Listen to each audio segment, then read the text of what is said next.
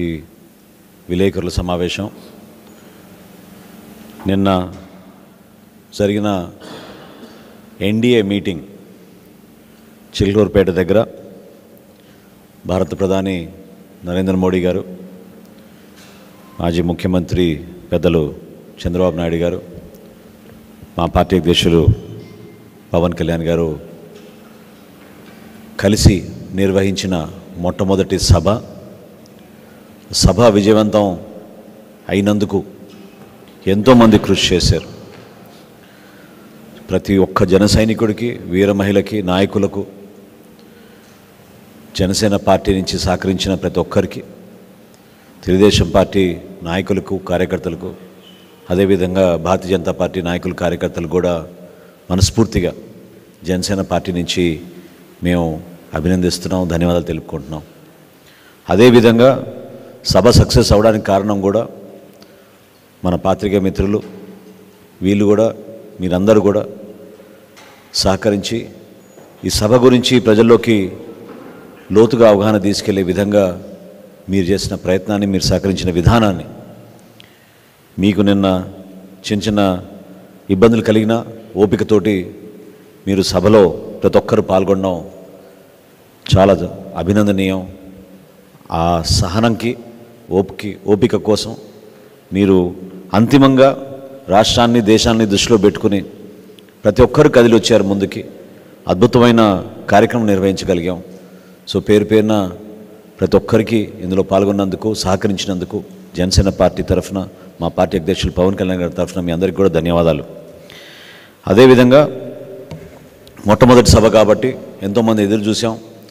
ఏ విధంగా 3 పార్టీల కలయిక వలన మన రాష్ట్రానికి మేలు జరుగుతుంది, మన భవిష్యత్తు ఏంటి, ఎటువంటి దారిలో మనం నడవబోతున్నాం అనేది దీనికి చాలా స్పష్టంగా ప్రధాని నరేంద్ర మోడీ గారు ఆయన ఉపన్యాసంలో వికసిత భారత్ గురించి ఏ విధంగా ఆయన ఒక ప్రణాళిక సిద్ధం చేసుకున్నారో, 2047 సంవత్సరం కల్లా భారతదేశం ప్రపంచంలోనే ఉన్నత స్థానానికి వెళ్ళే విధంగా ఆయన చేసిన ప్రణాళిక, ఆయన పడిన కష్టాలు, ఏ విధంగా ఒక మంచి డెవలప్మెంటల్ ప్లాన్ ఆయన సిద్ధం చేశారో, ఏ విధంగా ఇన్ఫ్రాస్ట్రక్చర్ గురించి వాళ్ళు ఎక్కువ ఫోకస్ చేశారో, అదేవిధంగా ఆంధ్రప్రదేశ్ని కూడా వికసిత ఆంధ్రప్రదేశ్ అవ్వాలనేది ఆయన తన మాటల్లో చాలా స్పష్టంగా చెప్పారు. ఖజానా ఖాళీ అయిపోయి ఎక్కడ చూసినా అవినీతి, ఏ డిపార్ట్మెంట్లో చూసినా అవినీతి.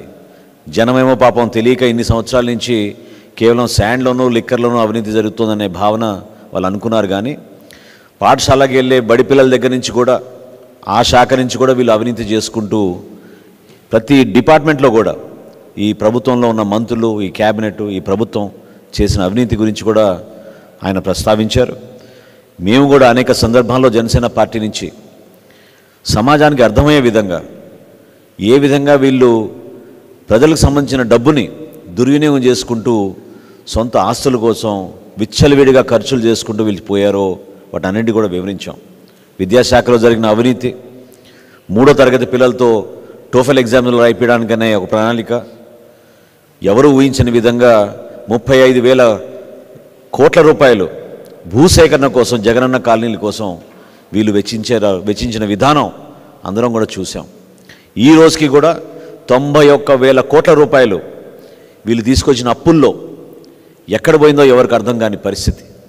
ఈ రోజుకి కూడా అసలు వాలంటీర్ల వ్యవస్థ నిర్మాణం చేసాం, 2,60,000 మందికి ఉద్యోగాలు ఇచ్చామని చెప్పి అందులో 1,00,000 మందికి వివరాలు లేకుండా వాళ్ళ పేర్ల జీతాలు తీసేసుకుని సంవత్సరానికి 60 కోట్ల రూపాయల చొప్పున వీళ్ళు అవినీతికి పాల్పడుతున్నారు. స్థానికంగా మీరు చూస్తే ఇక్కడ ఉన్న సలహాదారులు ఏ విధంగా దాదాపు 680 కోట్ల రూపాయలు వీళ్ళు ఈ 5 సంవత్సరాల్లో ఖర్చు పెట్టి ప్రభుత్వ ధనాన్ని దుర్వినియోగం చేశారో ఇవన్నీ కూడా మీరు చూశారు. మేము జనసేన పార్టీ నుంచి మేము వీటన్నిటి కూడా వివరించుకుంటూ వచ్చాం.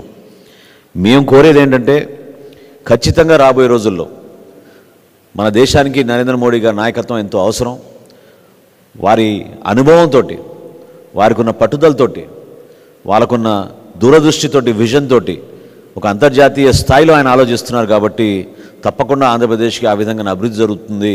మనం చేయాల్సిన అనేక కార్యక్రమాలు సంక్షేమంతో పాటు అభివృద్ధి అనే దానిపైన ఫోకస్ చేసుకుంటూ ఖచ్చితంగా ప్రభుత్వాన్ని ఏర్పాటు చేస్తాం.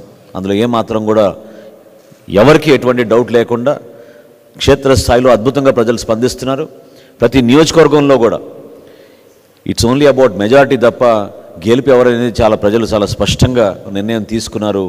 ఎన్డీఏ కూటమికే ఈ గెలుపు అనేది. భారతీయ జనతా పార్టీ, తెలుగుదేశం పార్టీ, జనసేన పార్టీ కలిసి ఈ కార్యక్రమాన్ని ప్రజల్లోకి అద్భుతంగా తీసుకెళ్లే విధంగా మేము కృషి చేస్తాం.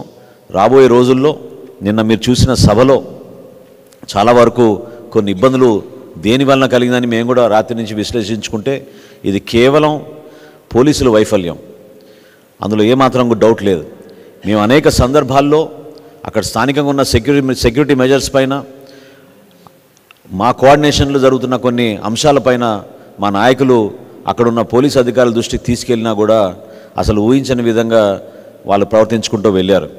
అసలు నేను మొట్టమొదటిసారి చూస్తున్నాను, ప్రధానమంత్రి గారి సభకి పాసులు బ్లాంక్గా ఇచ్చారు, పేర్లు లేవు, ఫోటోలు లేవు. అసలు జిల్లా కలెక్టరు, ఒక జిల్లా ఎస్పీ ఏ విధంగా అట్లా సంతకాలు చేసి పాసులు ఇచ్చారనేది ఈరోజు జనసేన పార్టీ నుంచి మేము ప్రశ్నిస్తున్నాం. ఈ చాలా సీరియస్గా తీసుకోవాల్సిన అంశాలు. దేనికోసం వీళ్ళు ఈ విధంగా ఇంత రెక్లెస్గా బిహేవ్ చేశారు?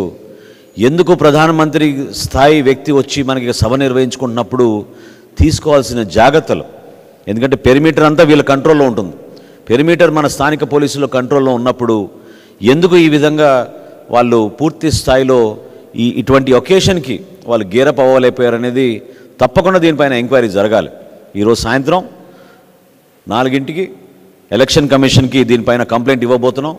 తప్పకుండా ఎవరైతే అధికారులు దీంట్లో నిర్లక్ష్యంగా వ్యవహరించారో వారిపైన తప్పకుండా చర్యలు ఉంటాయి రాబోయే రోజుల్లో అనేది నాకైతే చాలా బలంగా నేను కోరుకుంటున్నాను. ఇది చాలా తప్పు. ఇది సభ మేము ఏర్పాట్లు చేసుకున్నప్పుడు ప్రధానమంత్రి గారి భద్రత విషయంలో, సభలో జరగాల్సిన సెక్యూరిటీ విషయాల్లో సరైన రీతిలో వీళ్ళు స్పందించలేనిది తప్పకుండా నేను జరిగిన సంఘటనలో అది భాగమే అని నేను మనస్ఫూర్తిగా నేను తెలుపుతున్నాను. రాబోయే రోజుల్లో ఎన్నో అవమానాలకు గురయ్యాం. అనేక సందర్భాల్లో అనుమానాలు కూడా ప్రతి ఒక్కరిలో వస్తూనే ఉన్నాయి. కానీ ఇంత దూరం ప్రయాణం చేయగలిగామంటే దీని వెనక పవన్ కళ్యాణ్ గారి కృషి ఎంతో ఉందని ఈ సందర్భంగా గుర్తు చేస్తున్నాను. ఎందుకంటే అమరావతి రైతులు ఎప్పుడైతే ఇదే హాల్లోకి వచ్చి పవన్ కళ్యాణ్ గారిని కలిసి 2020 జనవరి మాసంలో ఈ ప్రభుత్వం చేస్తున్న దాష్టికాల గురించి, వాళ్ళు మనస్ఫూర్తిగా రాష్ట్రానికి ఒక రాజధాని కావాలన్న భూములు ఇస్తే వాళ్ళని ఏ విధంగా హింసిస్తున్నారో, ఏ విధంగా వాళ్ళని అవమానపరుస్తున్నారో ఆ విషయం చెప్పినప్పుడు మొట్టమొదటిసారి జనవరి 2020 సంవత్సరంలో ఢిల్లీకి మేము ప్రయాణం చేసి ఆ రోజున్న భారతీయ జనతా పార్టీ నాయకులతో సంప్రదించి అప్పటి నుంచి కూడా ఈ పొత్తు ఎంతో అవసరం, రాష్ట్రానికి మేలు జరగాలి, ప్రధానమంత్రి నరేంద్ర మోడీ గారి నాయకత్వం ద్వారా ఇటువంటి పొరపాట్లు జరగకుండా చూసుకోవాల్సిన బాధ్యత మనందరిపైన ఉందనే ఆలోచనతో పవన్ కళ్యాణ్ గారు ప్రతి సందర్భంలో కూడా ప్రతిపక్ష ఓటు చీలనివ్వము, ఎట్టి పరిస్థితుల్లో కూడా వైఎస్ఆర్సీపీ విముక్త ఆంధ్రప్రదేశ్ కోసం మీ అందరం కూడా పోరాడతాం అనేది దాదాపు 4 సంవత్సరాల నుంచి ఆయన చేసిన కృషి. నిన్న వేదిక పైన ప్రధానమంత్రి గారు, చంద్రబాబు నాయుడు గారు, అదేవిధంగా పవన్ కళ్యాణ్ గారు ఉపన్యాసాలు చాలా స్పష్టంగా మనందరం కూడా చూసాం. దయచేసి రాష్ట్ర ప్రజలను కూడా నేను కోరేది ఏంటంటే, ఈ కలయిక చాలామందికి నచ్చదు.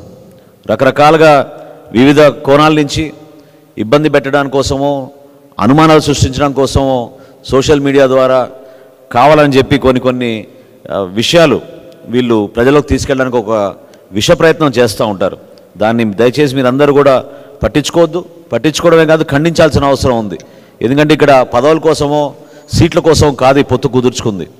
ఈ పొత్తు కుదుర్చుకుంది ఖచ్చితంగా మన భవిష్యత్తు కోసం, ఆంధ్రప్రదేశ్ అభివృద్ధి చెందాలి, మంచి రోజులు రావాలి మన ఆంధ్రప్రదేశ్కి అనేది చాలా స్పష్టంగా పవన్ కళ్యాణ్ గారు ఆశించిన విధంగా ముందుకెళ్తాం.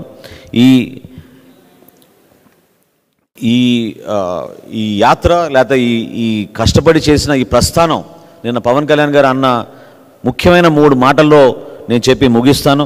అదేంటంటే, ధర్మానికి ఇది విజయం, పొత్తులకు ఇది గెలుపు, అదేవిధంగా కూటమికి ఇది పీఠం అనే ప్రధానమైన 3 అంశాల గురించి ఆయన మాట్లాడుతూ ఈ విషయం చెప్పారు.